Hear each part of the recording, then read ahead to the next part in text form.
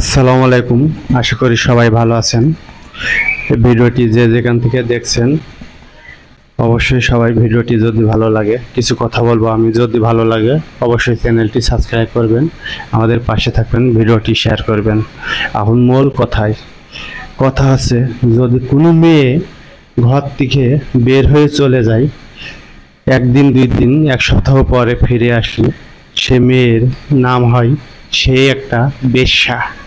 আর কোনো ছেলে যদি ঘর থেকে বের হয়ে এক সপ্তাহ পর ফেরত আসে, তার নাম হয় কি বাদশা। সবাই বলে বাপের বেটা, কাজের মতো কাজ করছে। কেন এমন ভাই?